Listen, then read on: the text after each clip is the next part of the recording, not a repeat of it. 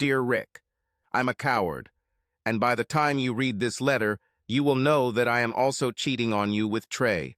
But before you judge me, remember you and dared her in Iraq. I have no proof, but I'm pretty sure you and her had sex there. As I know, well, it's your fault and the Army's. Remember how I helped you study when you transferred to Army intelligence instead of flying. Part of this course dealt with interrogations and interviews. If you remember, people who lie look away when asked, and if they are guilty. And you, my dear husband, did it not once, but 3 times when I mentioned her. You're a terrible liar, Rick, but I'm no better. When Trey first touched me, I never told you. Maybe it was worth it. And maybe I should have had an affair or affairs for all those years when I was home alone and lonely while you played soldier. Lord knows, they tried to pick me up often enough. Often your own friends when you were in the fields or on business trips. I was even tempted once when you were in fucking Korea for so long. It was the only time I ever wondered if I should stay married to you. When I met you at the 6-month mark in Hawaii, you were full of yourself and ignored my problems at home. Our kids needed 2 parents, Rick. I tried to be both mom and dad, but I'm not you. Only you are you. And I needed my husband's touch, damn it. But I resisted the advances and remained faithful to you. Lord knows it wasn't easy. Then you went to Iraq, and your dear Dieter Klein returned home before you. This bitch came to visit me and said with a smug look that she took care of you there, and then left before I could ask what she meant. But when you returned, I understood exactly what she meant. Any doubts I had were cleared away when you looked away in shame, Rick. I know 2 evils don't make a right, Rick. I also know that there is a chance that you and she didn't do anything.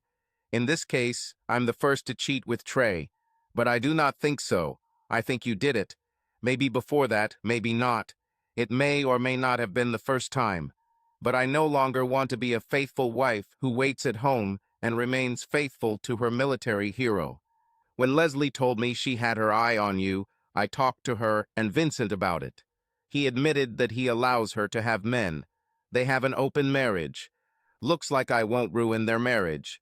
Only that I cheated on you. So here's the gist of this situation.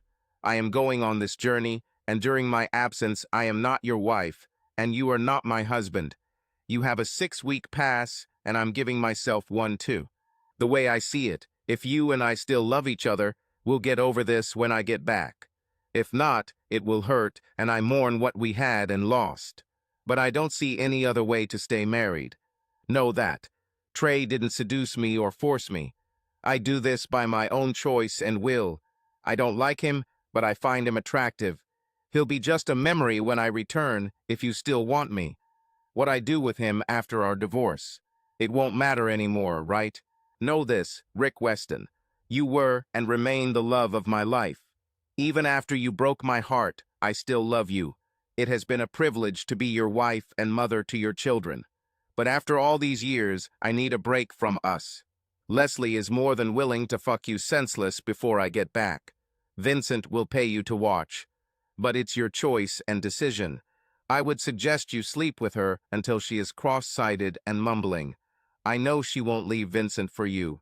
He allows her to sleep with many men. I doubt she wants to give it up. I leave you with one thought, Rick. If you love someone, let them go, and let them come back to you. I'll be back in 6 weeks. I love you always and forever. Marcy. P.S. Leslie should have been tested for STDs before she came to see you for the first time. Make sure she shows it to you. Trey and I both took tests before we left. I will take a test for you before I return and will not touch him or anyone else until we meet. Then I'll show you my STD test. Please do such a test a week before my return and refrain. If you and I want to try again after I return, this will be our first sign of trust. I booked us a room at the Ambassador Hotel near the airport. If you still want me, meet me there 2 hours after I arrive. I plan to go there alone after my arrival. Please don't come to the airport when my flight arrives. Please don't make a scene. Either take me back or leave. I plan to see you at the hotel. I'll be waiting for you in the lobby. When I finished reading, I noticed Leslie standing at the kitchen island, pouring herself another glass. "Are you okay?" she asked. "I will," I replied. She nodded and returned with a bottle and a full glass. Sitting down next to me, she filled my glass and turned to me with hopeful eyes. "So, Rick, what are we going to do?" This is the end of the scene described by Calaximos, and what follows is my vision of what happens next. I think we've all experienced it, where time slows down during moments of great stress, like in the case of a car accident, and we all know that it's not time that slows down, but your mind that speeds up. In physical terms, it is similar to an engine that is idling. In any case, my mind was filled with questions and answers to some of them. I know my wife left to have sex with a nasty doctor. I know she thinks it will be okay for her because, first of all, she suspects that Dieter and I had sex in Korea, and if she is wrong, she hopes to assuage her conscience by putting a woman in front of me so that I could have slept with her. Yes, I think that's how she sees it, a fair exchange. I look at Leslie, I can't deny she's beautiful, and she just told me she wants to sleep with me while Marcy has sex with the doctor. They both think I'm a fool if I refuse her. She moves towards me and reaches out for me. Instinctively, I jump back, avoiding her touch, and say, "No." She looks at me, and I can see the emotions racing through her mind. Surprise, disbelief, and finally anger. "What? You're giving up on me? I don't believe you. Wait, I know. You just need time. Like I said, Marcy should have told you about our agreement before she left." "Leslie, you're a beautiful woman, but I'm not going to do what you, Marcy, and probably Vincent decided. I think you should just leave." She looks at me, still smiling, but her eyes give her away. She's really angry that I didn't fall for her charms. She starts to walk away, then looks back at me and says, "You know where I live if you change your mind." As soon as she was out the door, I closed it and, for some reason, turned the key and locked it. On another day, I would have watched her perfectly formed ass jiggle down the path towards the road. Today, I'm just glad she's gone. Taking a deep breath, I turned away from the door, poured myself some coffee, took a notepad from the drawer, and sat down to develop a plan. It took a few hours and a few more cups of coffee, but eventually I had a to-do list. Finance. Organize the sale of a house. Contact Dieter. Information. Improve your physical fitness. Organize a divorce. Find a new home. Organize relocation. When the list was ready, I wrote down the expected date of her return, and soon after that, all the money that was in our joint account ended up in mine alone. I then contacted the real estate agent and arranged for one of their staff to come view the house, setting up an appointment for 6 p.m. I called the contact number I had for Dieter and left a message asking him to contact me as soon as possible, and then began getting the house in order to show it to the real estate agent. It didn't take long as we kept the house clean and tidy together, so I only really had to do the usual housework for the day. The next task is to start the divorce proceedings. I decided to go for the cheaper online option. If she doesn't agree to it, then I can hire a lawyer. The real estate agent arrived right on time. He measured, photographed, and took notes for over 2 hours. We agreed on a price. I told him I was leaving for a couple of weeks and gave him the keys to the house. We shook hands and he left. Coincidentally, Dieter called at that time. To be honest, I didn't expect her to call for at least 2 more days. I briefly told her what happened and what I needed from her. At any other time, and for any other reason, she would have made fun of me for running to my sister for help. But today, there are no jokes. She is completely focused and willingly agrees to make the necessary preparations, and then asks a question that might shed new light on the situation. "So this bitch of your cuckold friends, she enjoyed the doctor's charms?" That, my dear, is a damn good question that I intend to have an answer to, and I mean soon, very soon. I looked at the clock out of habit, but I already knew that the time had passed 21 Ozub. I wondered if it was too late to go to the bitch and her cuckold. I decided it was late, and besides, I wanted to talk to these freaks and not stand in line behind them. Instead, I put on a full set of gear, including boots and a backpack, and went for a run. I returned a little less than 2 hours later and, after showering, ate a sandwich and drank a beer before heading to bed. I got up at zo 5 as usual and went for a run at zo 5:20. Taking a slightly longer route, I returned only around zo 7:30. I took a shower, got dressed and had breakfast, cleaned up after breakfast, and was making coffee when the bitch knocked on the back door.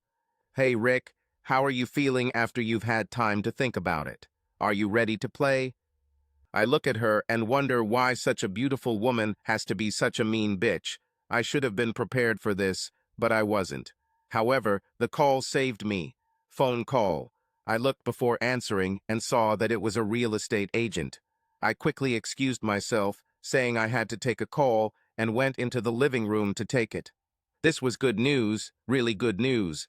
A family wants to move to this area. They have been trying to find a suitable place for several months, but my house is the first one that meets all their requirements.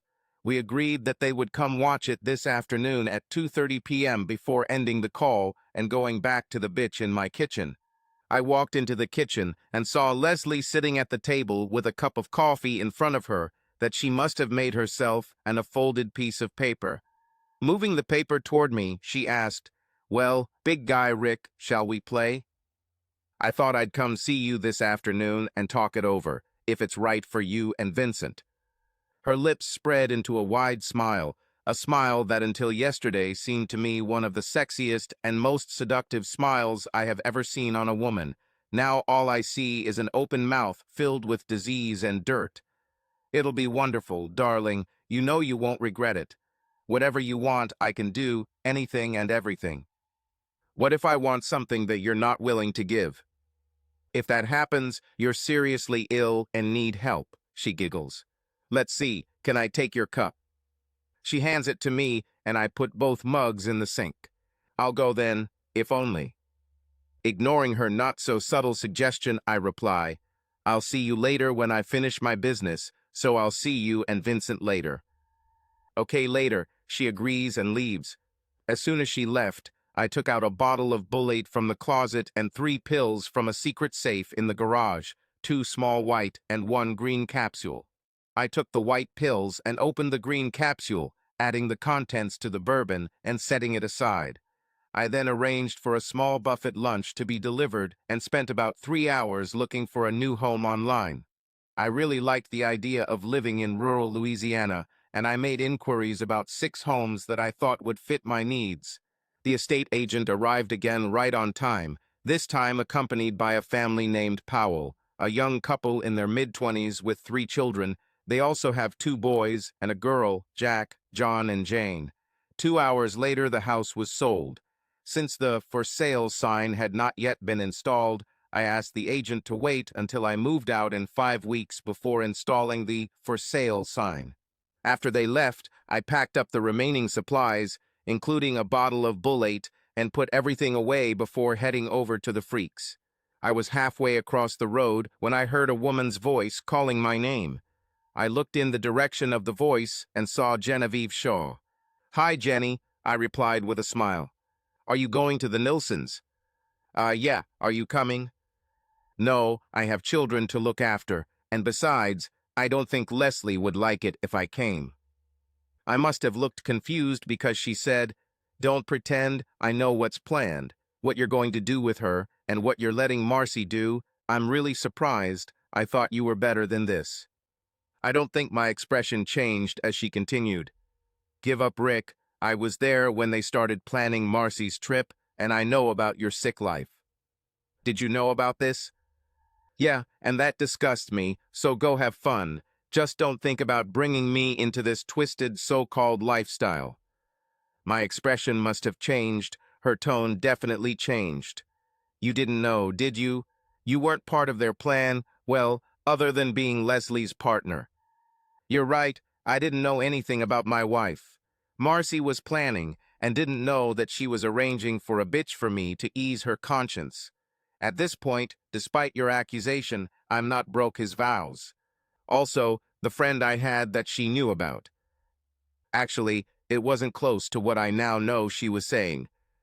Mom, Gary is being mean," interrupted her daughter Gail. worried in her voice. "I'll let you go to your children," I say with a smile. "I feel like I want to talk to you, offer protection before I'm shot and buried, but I don't want you to fall victim to the neighborhood gossip. Maybe I will come after if it's not too late. Sorry, I need to see what the boys are doing, but please come back later." I smile, finding a kindred spirit in her, and say I'll come by later. As I approached the Nilssons' house, I heard them in the backyard. I walked up to the side gate and called out to announce my presence. Vincent invited me in. Opening the gate, I was rewarded with the sight of Leslie in the skimpiest bikini I'd ever seen as she turned and swayed her hips before bending over. Jumping up from his seat, he happily took my offerings, saying, "Hey, buddy, grab yourself a beer and sit down and enjoy the view. Can I get a drink of Bullet? I love it. I think Jim, Jack, and Wild Turkey leave a weird aftertaste. Do you know what I mean?" The look could only be a display that Leslie is putting on, and frankly, the moves and poses she puts on to show off her assets would give even the most experienced dancers a run for their money, so I did as he asked. Most people hear the word intelligence and immediately think of James Bond or some other Hollywood super spy, but in reality, intelligence means gathering information using any means available. Electronic surveillance is certainly the primary source of such information in today's world, but old-fashioned, subtle interrogation is still useful for obtaining other types of information, especially when the subject is unaware that he is being interrogated. He drained his first glass of Bullet and poured himself another before returning to his seat. I smiled, knowing that the contents of the white pills I took would counteract the effect of the green capsule. He was on his third glass when Leslie stopped dancing and came over to me, or rather to me. She took my glass and emptied it, sitting on my lap, and then handed me hers for me to drink. I doubt she suspects her drink is drugged. Most likely she's just trying to increase the intimacy. The afternoon turned into evening, and we talked a lot, and besides having her sit on my lap, I was able to resist her pestering and wandering hands and learned a lot. It turned out that Marcy once visited Leslie and heard her with one of her lovers. She thought it was Vincent, but when she turned to leave, he came around the corner of the house. Marcy was shocked, especially by how calm Vincent was about what was happening, but he invited her to join him. Out of curiosity, she agreed, and this was the second time she met the good doctor. The first time was the day before, in the hospital. Apparently, by helping me in my studies, she had learned her lessons better than I had, and it had enabled her to join in their excesses about 3 months before, and several times since then, and when she and the good doctor had been able to go away for 2 months, she seized on it, agreeing without my knowledge, hoping that I would support her. It is true that Leslie did nothing to encourage my wife other than that she was readily available, but she also did not prevent her from tying me up and putting me to bed, although Marcy lied to assure me of the doctor's height and talents. The liquid from the green capsules has a secondary effect beyond weakening the tongue. Without the white tablets to counteract it, when mixed with alcohol, it acts slowly as a sedative, usually taking about 3 hours to induce sleep. I helped Leslie get Vincent into bed, and Leslie said that Vincent would be upset that he missed me deflowering her. Luckily, she fell asleep too, so I laid her on the bed next to her husband and, making sure everything was in its place, locked the house and headed to Jenny's.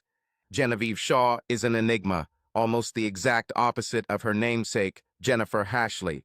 Jenny, with her fake breasts, is beautiful, always well-groomed, wears tight and revealing clothes, and looks like she has no worries.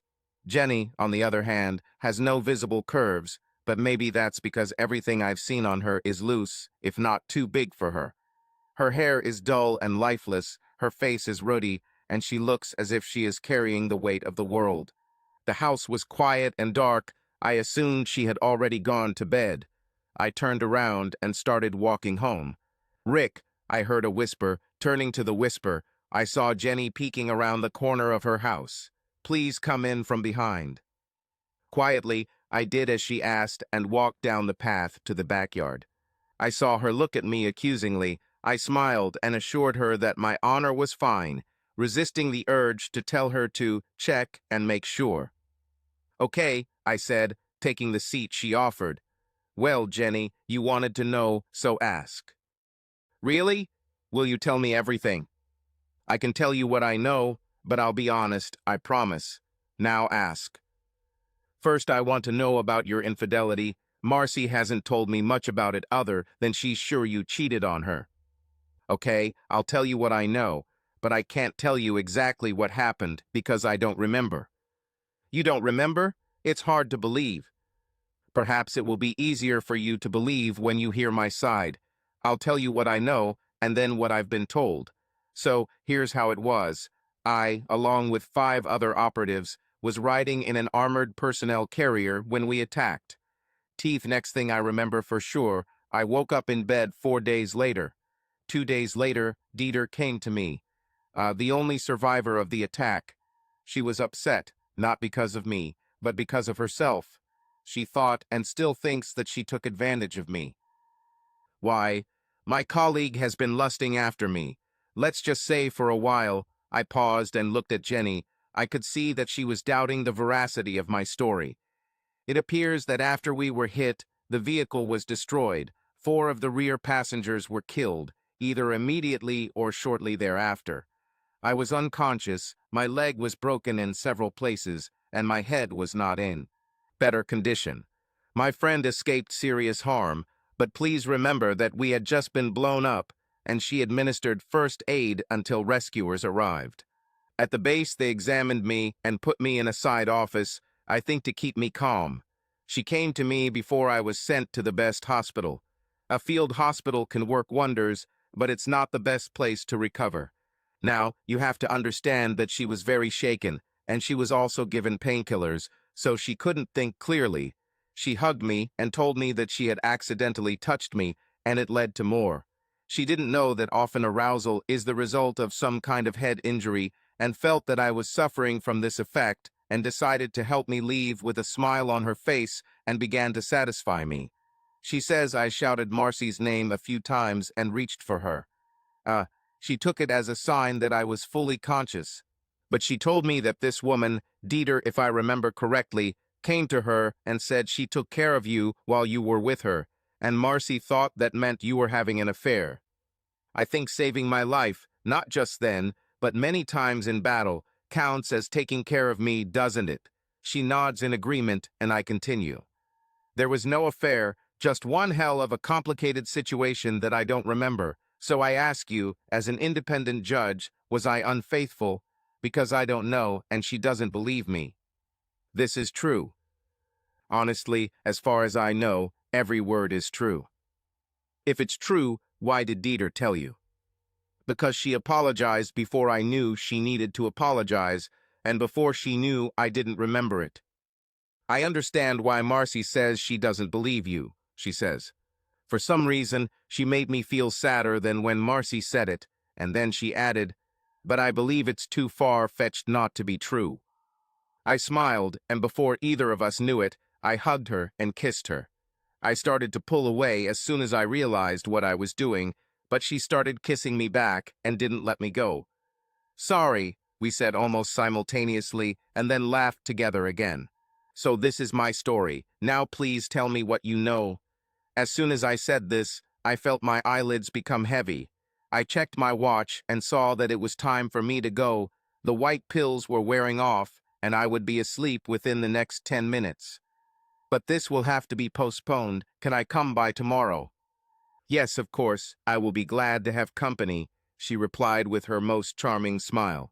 I returned home a few minutes before falling asleep. I woke up at 07:10, a little late for me, and discovered that I had only taken off one shoe. I felt terrible knowing that when I took the white pills I would feel bad, but how bad I had forgotten over the years, or my aging body wasn't coping with the effects as well as it used to. Showers, coffee, and something in my stomach are what I need, and after an hour I didn't feel any better, so I went for a run to flush the chemicals out of my body. I ran for half an hour before the headache went away, and another quarter of an hour before the tiger in my stomach disappeared. I took a more direct route home. Feeling much better, I showered again, put on some clean clothes, and then started packing my tent, sleeping bag, and other things I thought I'd need in the coming weeks. Everything was laid out on my bed when the doorbell rang. When I opened the door, I found Jenny, who said that her mother had taken the children, and she wanted to tell me that she knew about my prodigal wife. I invited her to come in, and we went to the kitchen, offered her a drink, and she asked for water. I offered her a glass, but she said that she was more comfortable with a bottle. I grabbed a soda, sat down across from her, and said, "Come on, this is your story." She seemed to find something interesting in the water bottle and stared at it for a moment before speaking again, still looking at the bottle. It was a couple of months ago. I saw Marcy leaving Leslie's house, and well, she looked like she was enjoying herself, if you know what I mean. Like a horse that has been driven too hard and left wet. She blushed and nodded, saying, "Yes, that's right. Anyway, the next morning after Mommy picked up the kids, I went to Marcy's. I was going to scold her, but when I walked in, she told me about your cheating. Then she told me that you and her had an arrangement like the Nilsons, only more discreet and less frequent. After that, she and Leslie sort of accepted me into their company, and within a few weeks I knew every time Marcy was playing.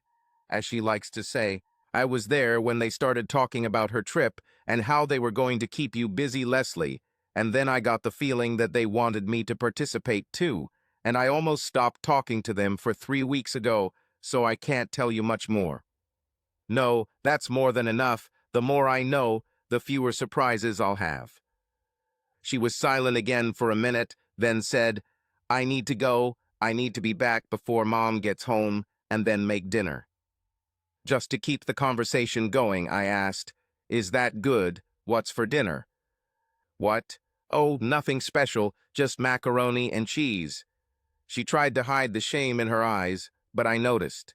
I wondered why she was ashamed, and then it dawned on me.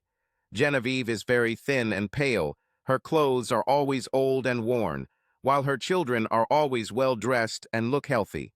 I wondered if she was eating enough or if most of the food was going to the children, and before I could stop, I said, "I asked because I hate eating alone, and I thought maybe you and the kids would want to join me at McDougall's."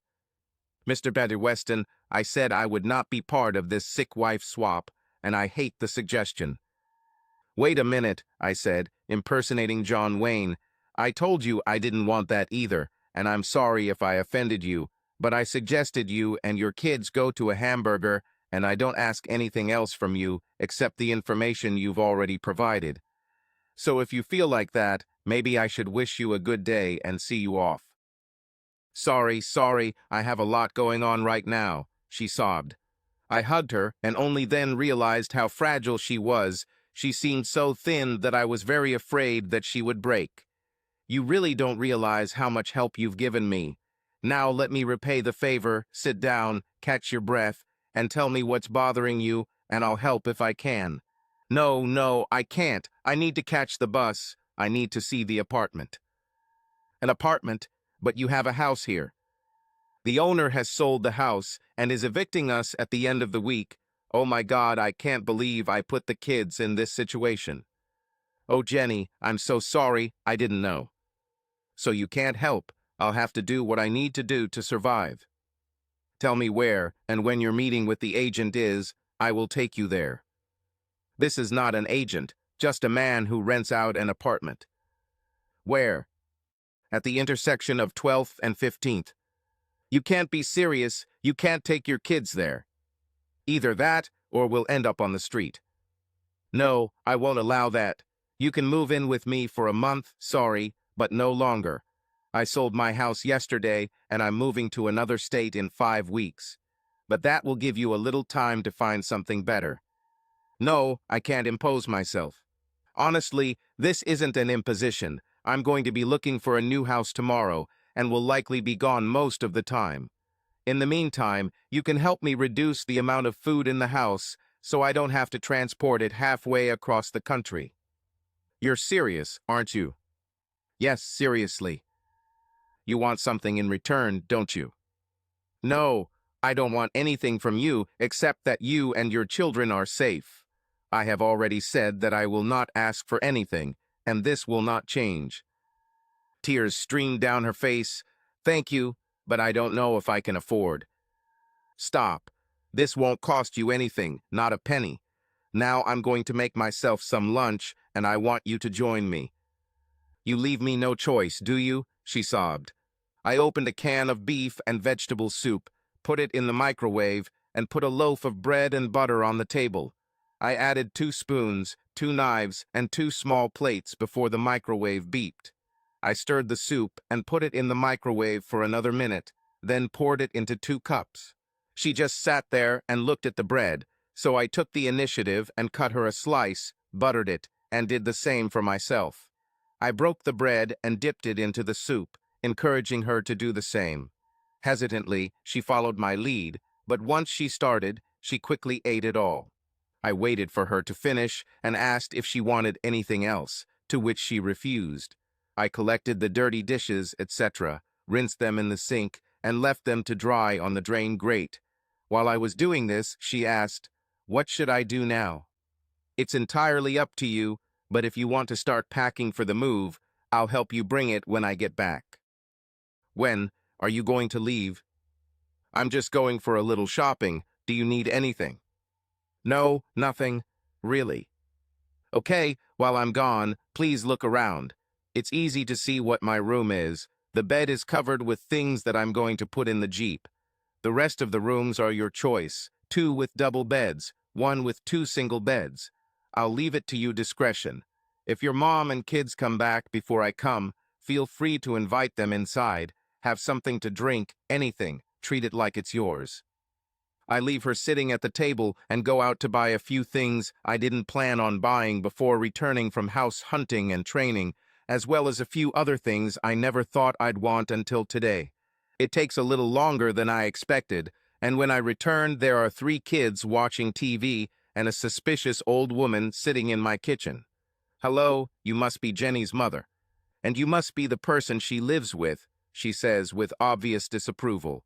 "I think you should be ashamed of preying on a young woman who is unlucky." "Sorry, madam, I have already told your daughter, and now I am telling you. I do not make any demands on your daughter, especially those that your caustic imagination can come up with. I offered to help her as soon as I learned of her plight, and my only regret is that the new owners will move in 5 weeks. During this time, I hope she can find a suitable home for herself and your grandchildren." "Sergeant, do you think I'm sarcastic?" she says sharply. I'm about to defend myself when I see the sparkle in her eyes. Smiling, I answer, "No, only your mind. Everything else seems quite pleasant." She giggles and says, "It's no use, I can't go on." "Thank you, young man, for helping my daughter. I take it back. Your gaze is obviously faulty too. Perhaps your sarcastic mind has corroded part of your optic nerve. If we're talking about arrogance, boy, you have more of it than both of us. Good afternoon, sir. Nice to meet you. My name is Greta. I'm sure I enjoyed meeting you much more than you enjoyed meeting me. Damn it, I just started to like you, and you ruined everything with your ridiculous charm. Okay, old hag, I'll leave you to your sadness and unfounded suspicions."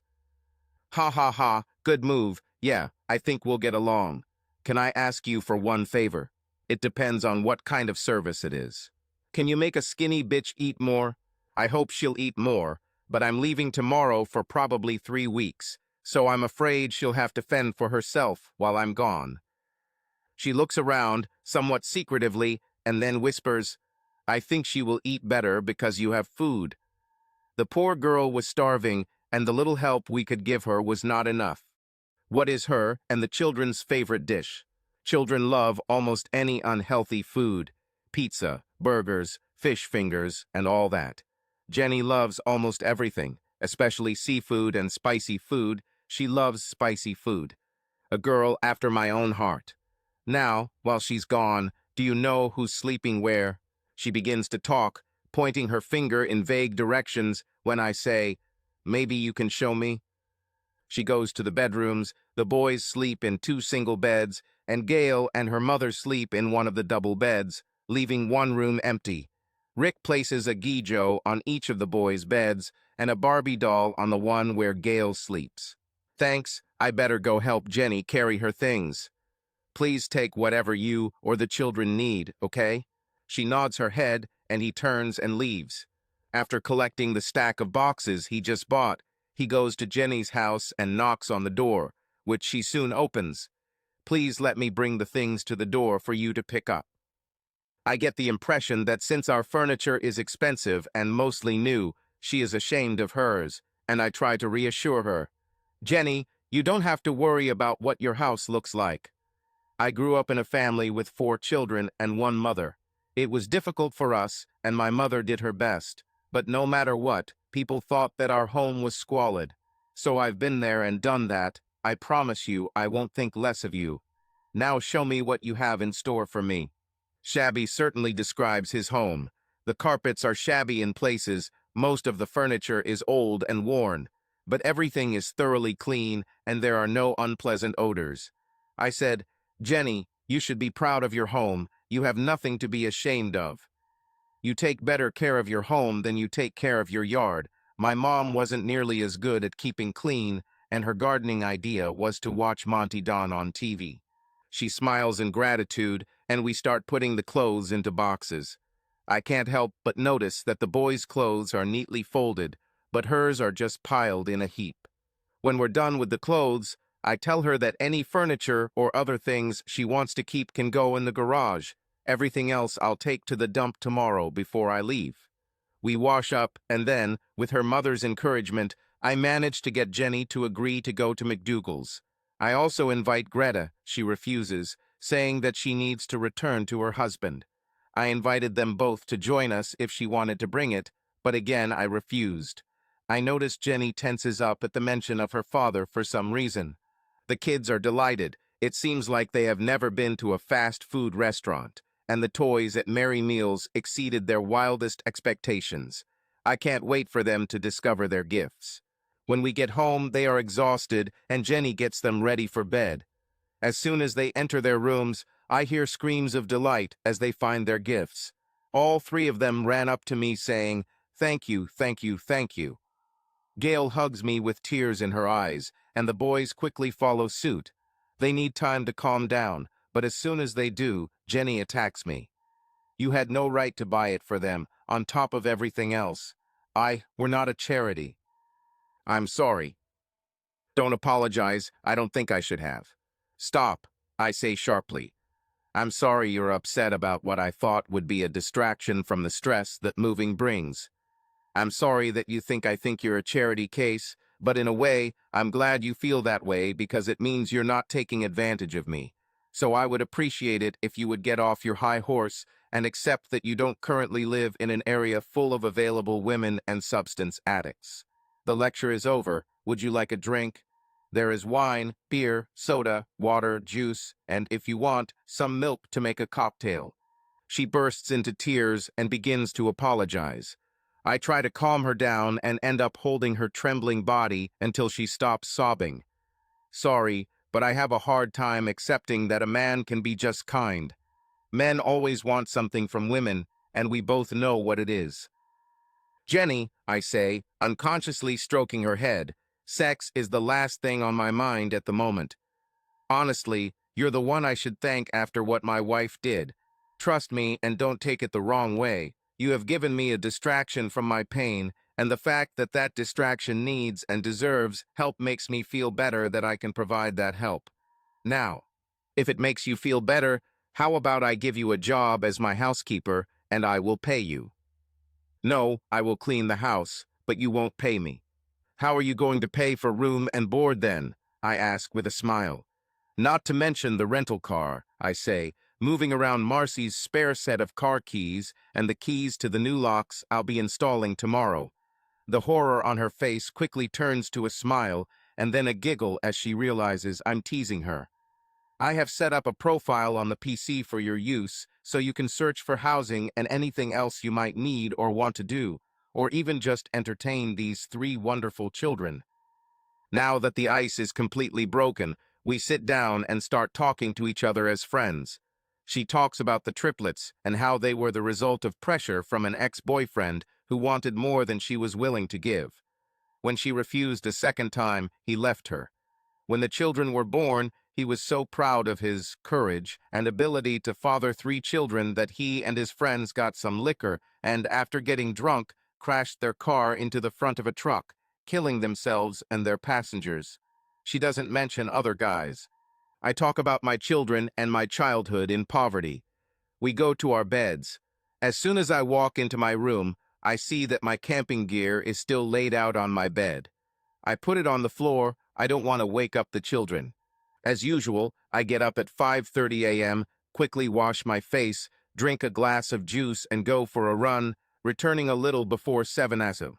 Everyone is still asleep, so I put on the coffee and get out the plates, bowls, cereal, and cutlery. I just have time to pour myself some coffee when two whispering boys sneak into the kitchen with Gijo toys in their hands. I pour them juice and help them with the cereal. I forgot how nice and annoying children can be at the same time. Gail and Jenny arrive a little later, and I serve them breakfast. The kids chatter incessantly. Jenny looks a little uncomfortable and says almost nothing. Greta arrives a little after 9 and happily watches the kids while Jenny and I finish emptying her house and hauling unwanted items to the dump. She doesn't say anything, but I know that leaving her home, especially in these conditions, worries her. I'm not usually very sympathetic, but for some reason my heart goes out to this poor woman and her innocent children. I don't leave until dinner. I say goodbye to the kids and Jenny, promise to bring each of the kids a gift, and jump into the Jeep and head to Louisiana. My first destination is about 850 miles away. Dougal says the journey will take almost 14 hours without stops or delays. I drive for just over 9 hours with 2 stops to relieve myself before stopping at a motel to get some sleep. I leave as soon as I wake up and arrive at my destination a little before 19, starting to look for a place to hide the Jeep, which turns out to be surprisingly easy to find. It's an isolated, dilapidated gas station whose owner is probably in his 60s, dirty, smelly, with a toothless smile and a thick Creole accent. It's hard to talk to him. His accent is so strong that I don't think he's ever interacted with anyone outside of a 10-mile radius other than the gas tanker drivers. I arranged for him to look after the Jeep for a couple of nights for $50 up front, $25 a day, another $50 when I got back, and an agreement to forget I was ever there. He watches me leave on foot with a small backpack on my back. I think he thinks I'm some old fool going through his second childhood and about to kill himself trying to catch an alligator on his own. No, my plan is to avoid any alligators, just get through this terrain. It's been many years since I've been in the jungle, and I find that trekking through a few swamps can refresh my memory and muscles. True, the swamps of Louisiana are not the jungles of South America, but both are overgrown, dark, wet places where every living thing wants to devour you, plants inclusive. I sleep in a hammock and under a mosquito net during the day and travel in the dark. Apart from a few scrapes and bruises, it takes me 2 nights to get to the other side, with a few hours backtracking. I say that I received no injuries other than scrapes and bruises, and this is true, but the pain in the muscles from relearning how to work in long-forgotten modes is also inconvenient. I see several alligators, wild pigs, snakes, birds, and the shadows of some unknown creatures moving in the undergrowth. On the last day, I travel in daylight, knowing that I am near the end of the journey. I arrived at the gas station before noon.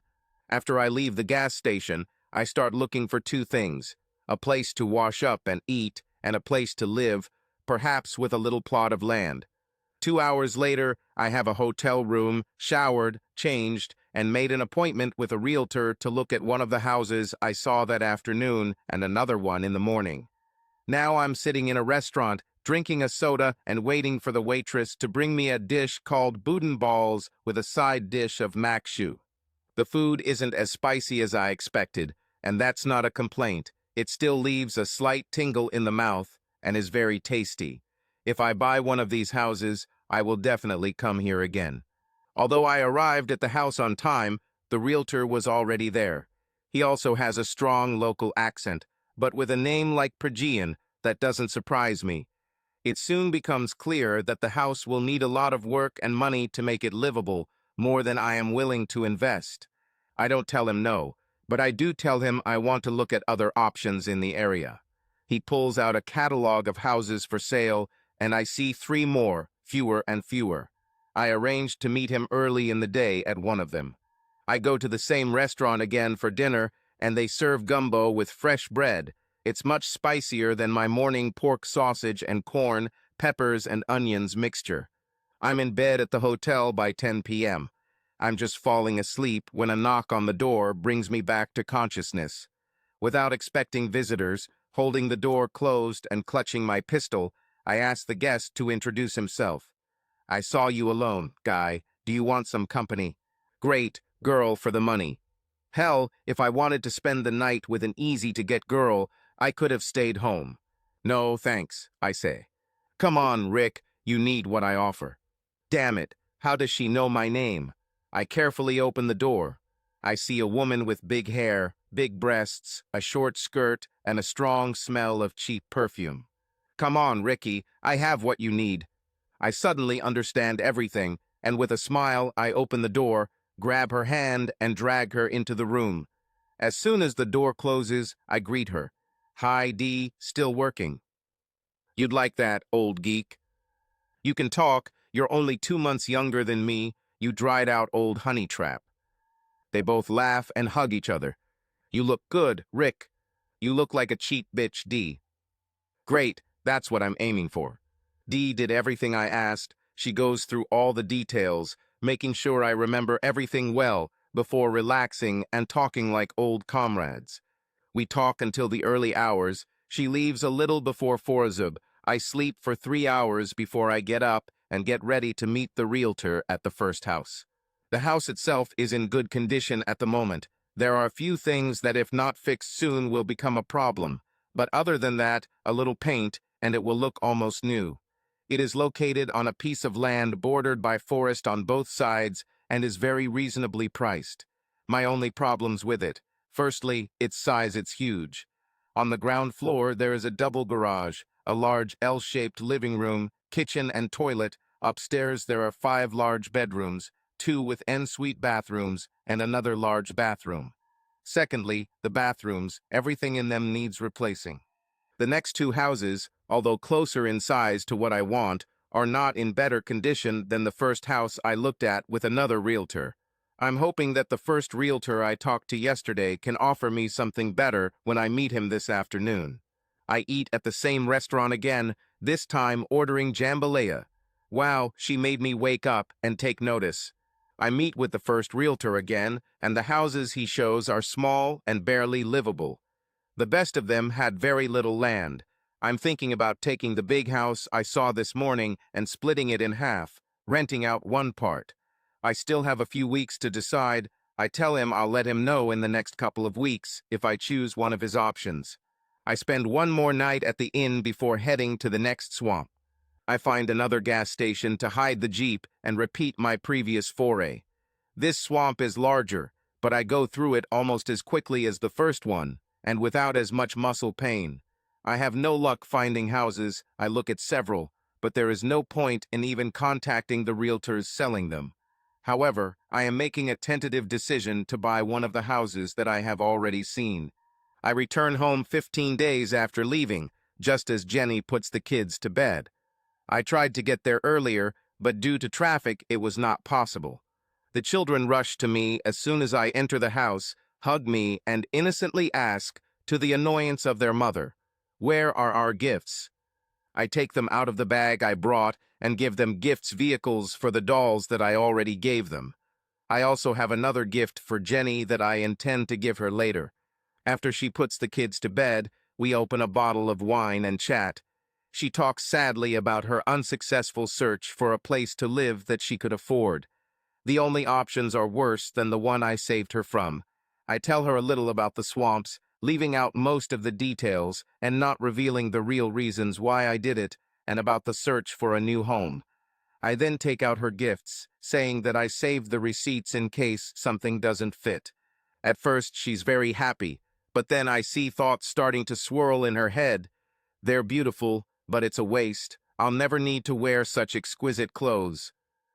I thought you'd say that, so now I'm inviting you to dinner somewhere where you won't look out of place. I see where she immediately directs her thoughts, and I say, before accusing me of ulterior motives, I will repeat what I already said. I will not make any demands to compromise your honor. Now, speaking of honor, I would appreciate it if you tried them on to make sure I got the size right. Although I'm very good at sizing women, I had to guess how much she might have gained. The dress is a little loose, but still looks elegant, and the shoes fit perfectly.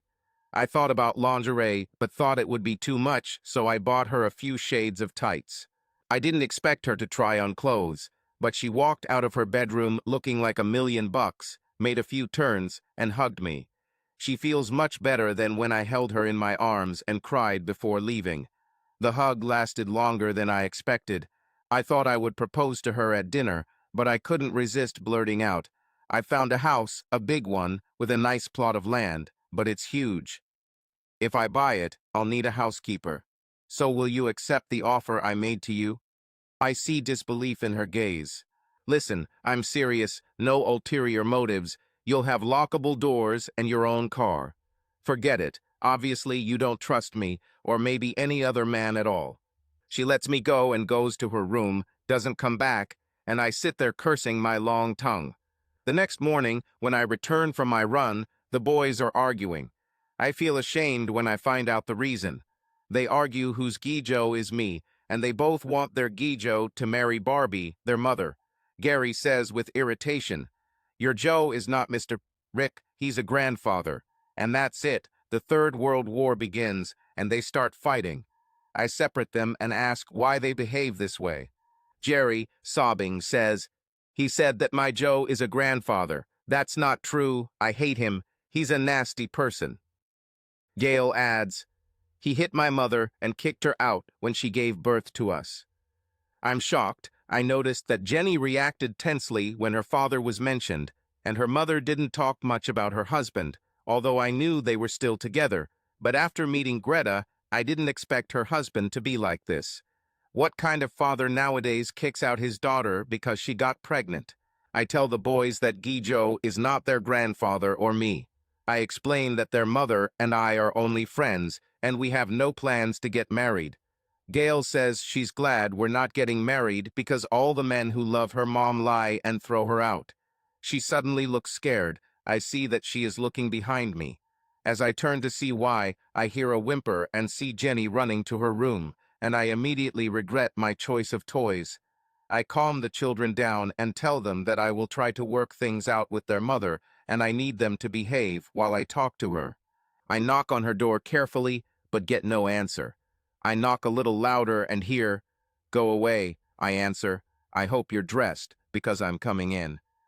I slowly open the door and look inside, only to be hit in the face by a pillow.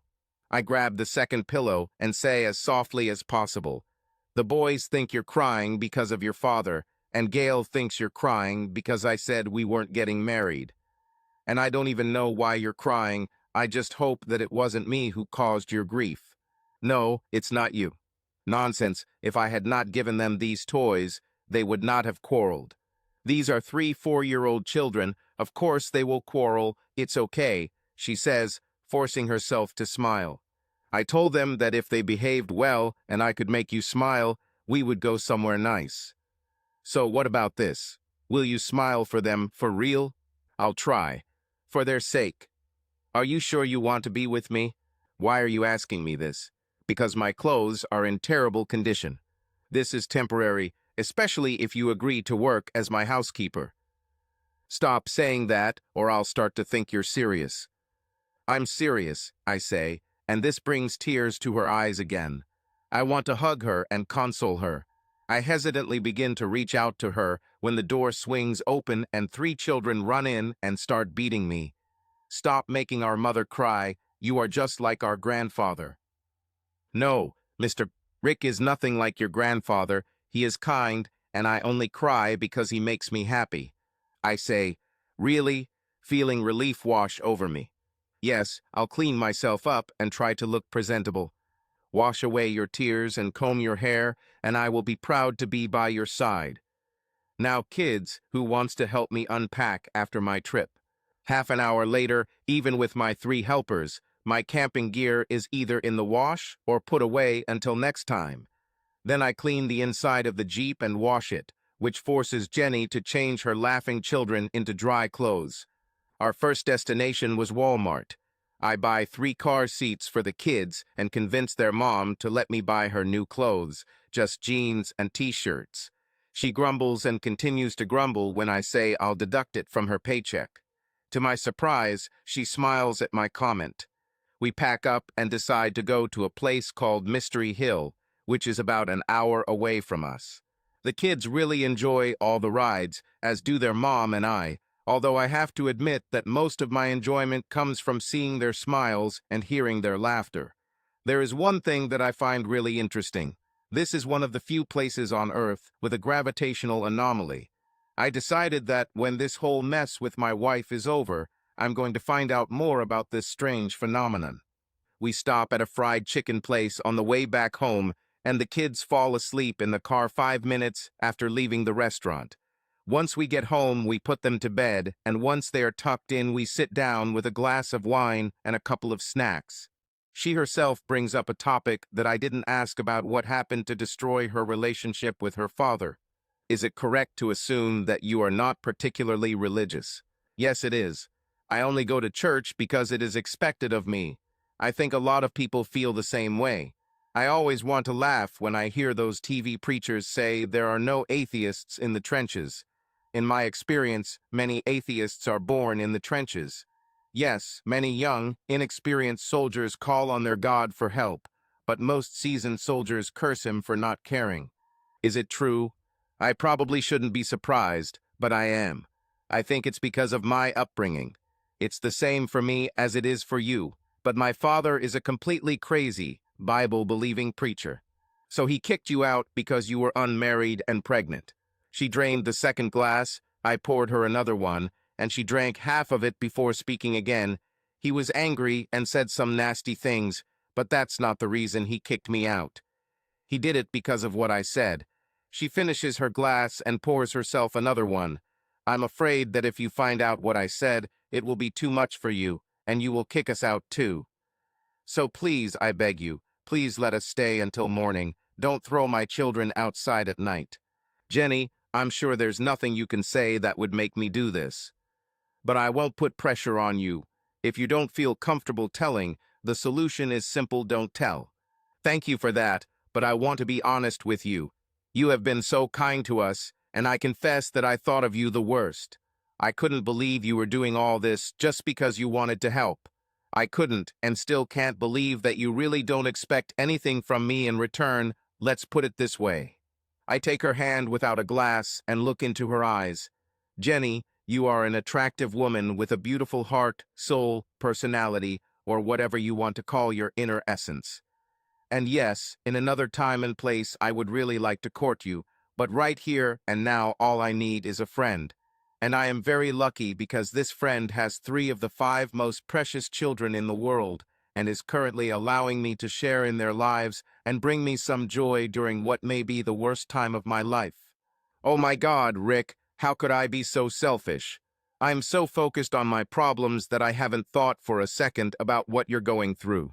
SHH, your problems are much more serious than mine, and you must balance between them and your responsibilities. And I only console myself for the fact that I married a cheating woman from whom I am now seeking a divorce. I know I've said this before, but helping you is therapy. If it weren't for you and your wonderful children, I would probably feel completely useless and without purpose. She squeezes my hand and says, I will try to be a support for you. You don't need to worry about me. Just take care of your children, yourself, and if you can, my home. She leans forward a little, her lips open a little, and I almost start to think she's going to kiss me, when all of a sudden she stands up and says, Today was a long day, I'm as tired as the kids, and the wine hit me in the face. I think I'd better go to bed. Good night, Rick, sleep well. I'd be lying if I said a kiss from her wouldn't be great, but that might just be my imagination, and I can't deny that I really like her right now. I spend the next few days with them, and we go on a couple more trips to nearby places suitable for children. Jenny gets upset when I tell her I'm away for a couple of days to see old army friends. I ask her that when I return, she will give me a final answer to my offer of a job as a housekeeper. Even though I tell them that I will only be gone for a couple of days, the children cry when I say goodbye. Again, it could be my imagination, but I think I see a tear in Jenny's eyes too. I drive to the barn, which is only 10 miles from my house. Inside is a car. Dee gave me the car at the hotel. I change cars, leave the Jeep in the barn, and go to a small airfield, which is also nearby. There I meet the helicopter pilot who takes me to a military base, which I will not name, and board a transport plane that will take me to my destination. I'm just putting my seatbelt on when I hear a familiar voice over the sound of the engines starting. Hey, Grandpa, can your heart handle the company of a beautiful, sexy woman? I would be glad. When do you think she will arrive? Bastard, Stirwow, I say with a smile. What are you doing here? Community service. I have 30 hours to help the old and weak. So you'll wipe my ass. You know me, Rick. Yes, you'd rather bend me in half and force me to do it myself. The engines rev up and the plane begins to taxi. Soon it is airborne, and we can unbuckle ourselves. Don't interfere. I'm going to do what I'm going to do, and that's it, I say firmly. Got it. I'll just cover for you. This new lady seems nice. If someone else said something about a person they haven't met, I would ask how they know. But with Dee, I know not to ask questions. At some point during the flight, Dee checks his watch, stands up and says, "It's almost time to leave." She goes to the back of the plane, takes out a parachute, and throws it to me. This is a Portuguese parachute. There is no real difference from the ones you are used to. I put it on and buckle up, just like she did. After a few minutes, the light comes on and the back door opens. Soon the light changes and we run out of the plane. We free fall as long as we can, and our parachutes open almost simultaneously with the pop. We plan to go to a small clearing near a large field with tents and cars. Having landed, without saying a word, we roll up the parachutes, unbuckle ourselves, and run into the jungle. We wait and listen for any signs of activity or evidence that we have been spotted, and then we dig in our parachutes. Once we are ready, we head towards the camp. If I didn't know which tent the doctor and his bitch were in, I would know now. I would simply follow the sounds of her screams from sex. So much for a week of abstinence before returning home. Bitch, I'm surprised that other than a few people having sex or being drunk, there is no medical activity. We sneak to their tent and wait for the noise to stop. From the sounds of it, he hasn't been busy for long. Soon after sex, he falls asleep. I smile when I hear her tending to unfinished business. After a while, I hear his bitch falling asleep. We wait another 10 minutes to be sure and cut our way into the tent. I pull out the prepared syringe and, holding her head, inject her neck, confident that she will not wake up for 6 hours. I hit the doctor twice in the face to make sure he's passed out. I then tie his wrists and ankles and gag him. I start to drag it, but Dee signals for me to pick it up.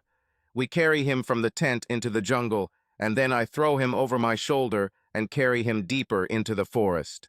I carry a piece of stainless steel with a loop on one end to make a loop. I also have some cable clamps.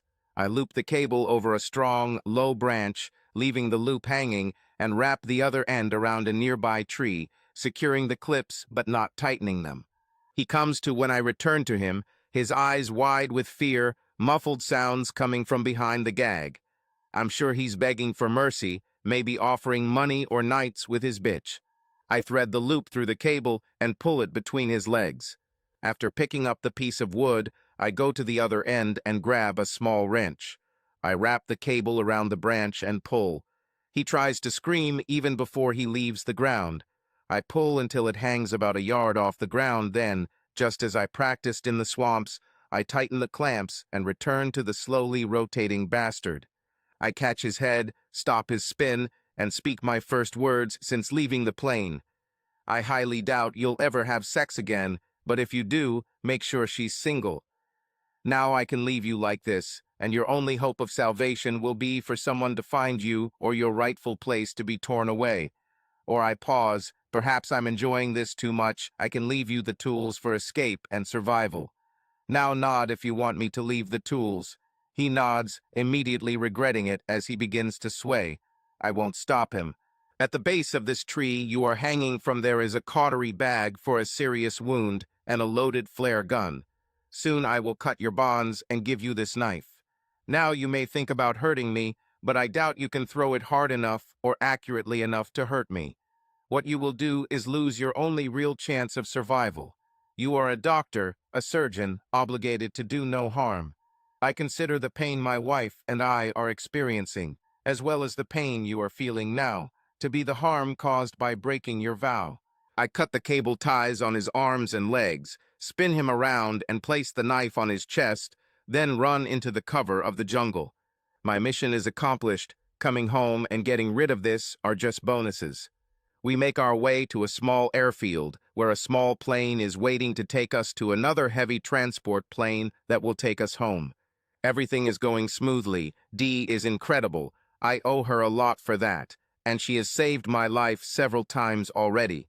I watch the Boeing 737 land and taxi to the landing area, then go to the 4th floor to watch the passengers proceed through customs and into baggage claim. I see a tired and depressed Marcy almost stumble through the gate to pick up her luggage. I see her looking around as if looking for someone. Is she really waiting for me? She specifically asked me not to meet her. Her head is bowed. I don't see her tears, but I know they are there. After gathering my bags, I watch as she heads towards the ambassador. For some reason, this makes her sad. I believe that she was unpleasant to hear what good people the woman they consider my wife and I are, and what wonderful children we have. She does not find support, and Leslie and Vincent, who have learned the whole truth, feel used and consider Marcy just a cheating bitch. Like this, a bitch is normal as long as she doesn't cheat. Marcy tried to talk to the children, but the only thing they did when they heard her voice was repeat the words from her letter. I am a coward, and by the time you read this, you will know that I am also breaking my vows with Trey. But before you start judging me, I know 2 wrongs don't make a right. But after all these years, I need a vacation from us. I'm tired of being a virtuous wife, waiting at home and being faithful to my war hero. Please don't make a scene. If you love someone, let him go, and let him come back to you. Either take me back or leave. When the kids told me what they told her, I couldn't help but wondered if she could have been the recipient of these words, because she clearly did not respect them when she wrote them herself.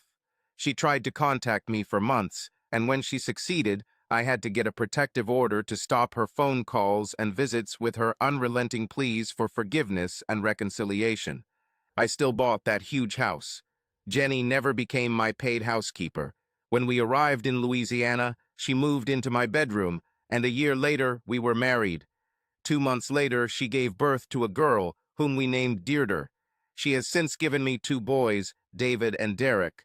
Her mother moved into what was supposed to be Jenny's room after a too young girl announced she was pregnant and accused Jenny's father of being the father of her child. A DNA test after the birth of the child confirmed her words, which led to imprisonment, divorce, and the inclusion of his name in a certain list in the near future. Dee retired and married her mistress of the last 12 years, a beautiful woman named Martha. I, with the help of a Turkish bazooka, became the father of their 4 children. As for the doctor, he died of an overdose 2 months after returning to the United States. Subscribe to our channel so that your love doesn't cheat on you, and go ahead and listen to the next story, because this story is nothing compared to the next one. If you're under 18, don't even click to the next one.